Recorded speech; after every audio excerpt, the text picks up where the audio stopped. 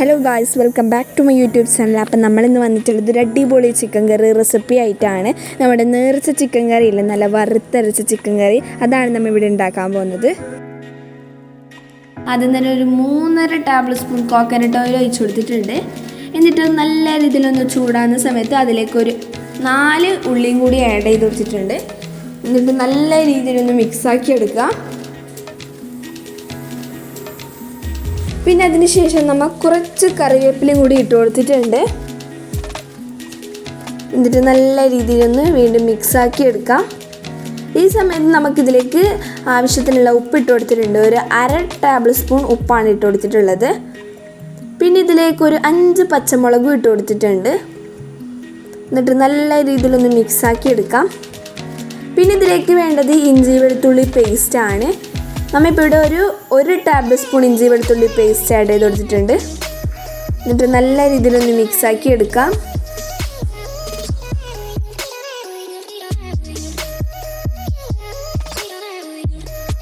പിന്നെ ഇതിലേക്ക് ഒരു 3 തക്കാളിയും കൂടി ഇതിലേക്ക് ആഡ് ചെയ്ത് കൊടുത്തിട്ടുണ്ട്.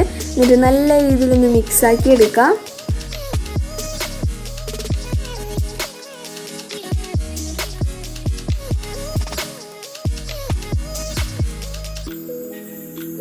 ഇതിലേക്ക് വേണ്ടത് ഒരു 1/4 ടീസ്പൂൺ മഞ്ഞൾപ്പൊടി, ഒരു 1.5 ടീസ്പൂൺ കുരുമുളക് പൊടി, ഒരു 2.5 ടീസ്പൂൺ മുളക് പൊടിയാണ് ഇട്ട് കൊടുത്തിട്ടുള്ളത്. പിന്നെ ഇതിലേക്ക് ഒരു 1.5 ടീസ്പൂൺ മല്ലിപ്പൊടി, വീണ്ടും ഒരു 1.5 ടീസ്പൂൺ ചിക്കൻ മസാല, ഒരു 1/4 ടീസ്പൂൺ ഗരം മസാലയും കൂടി ഇട്ട് കൊടുത്തിട്ടുണ്ട്.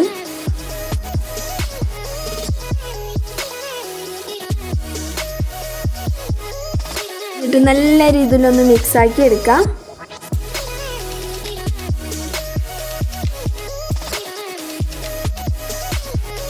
പിന്നെ ഇതിലേക്ക് ചിക്കനാണ് ആഡ് ചെയ്ത് കൊടുക്കേണ്ടത്. നമ്മളിപ്പോൾ ഇവിടെ ഒരു kg ചിക്കനാണ് ആഡ് ചെയ്ത് കൊടുത്തിട്ടുള്ളത്.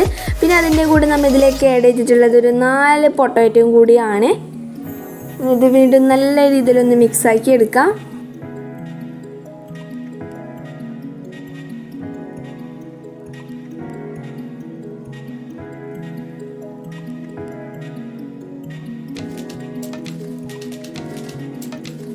ഈ സമയത്ത് ഇതിലേക്ക് ഒരു കപ്പ് വെള്ളം കൂടി ഒഴിച്ചു കൊടുത്തിട്ടുണ്ട്.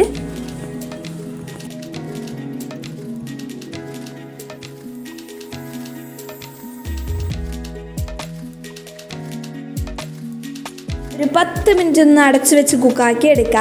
പിന്നെ നമുക്കിതിലേക്ക് വേണ്ടത് ഒരു മുറി തേങ്ങയുടെ പാലും ഒരു 1/2 മുറി തേങ്ങ വറുത്ത് എടുത്തതൊന്ന് അരച്ചെടുക്കണം. ഉള്ളിയും ജീരകവും ഇട്ടിട്ട് വേണം ഒന്ന് വറുത്തെടുക്കേണ്ടത്. അതൊന്ന് നല്ല രീതിയിലൊന്ന് അരച്ചെടുക്കുക. അപ്പം നമുക്കിതൊന്ന് ഓപ്പൺ ആക്കി എടുക്കാം. അപ്പം നമ്മുടെ ചിക്കൻ നല്ല രീതിയിലൊന്ന് വെന്ത് വന്നിട്ടുണ്ടാകും.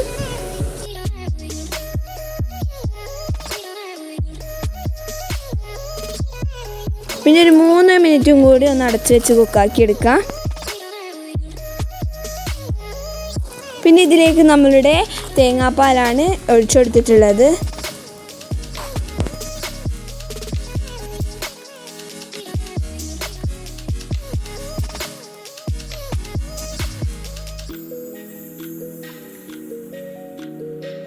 പിന്നെ ഇതിലേക്ക് ഒഴിച്ചിട്ടുള്ളത് നമ്മൾ നേരത്തെ വറുത്തരച്ച തേങ്ങാപ്പാലാണ്. അതും കൂടി ഇതിലേക്ക് ആഡ് ചെയ്ത് കൊടുത്തിട്ടുണ്ട്. എന്നിട്ട് നല്ല രീതിയിലൊന്ന് മിക്സാക്കി എടുക്കാം.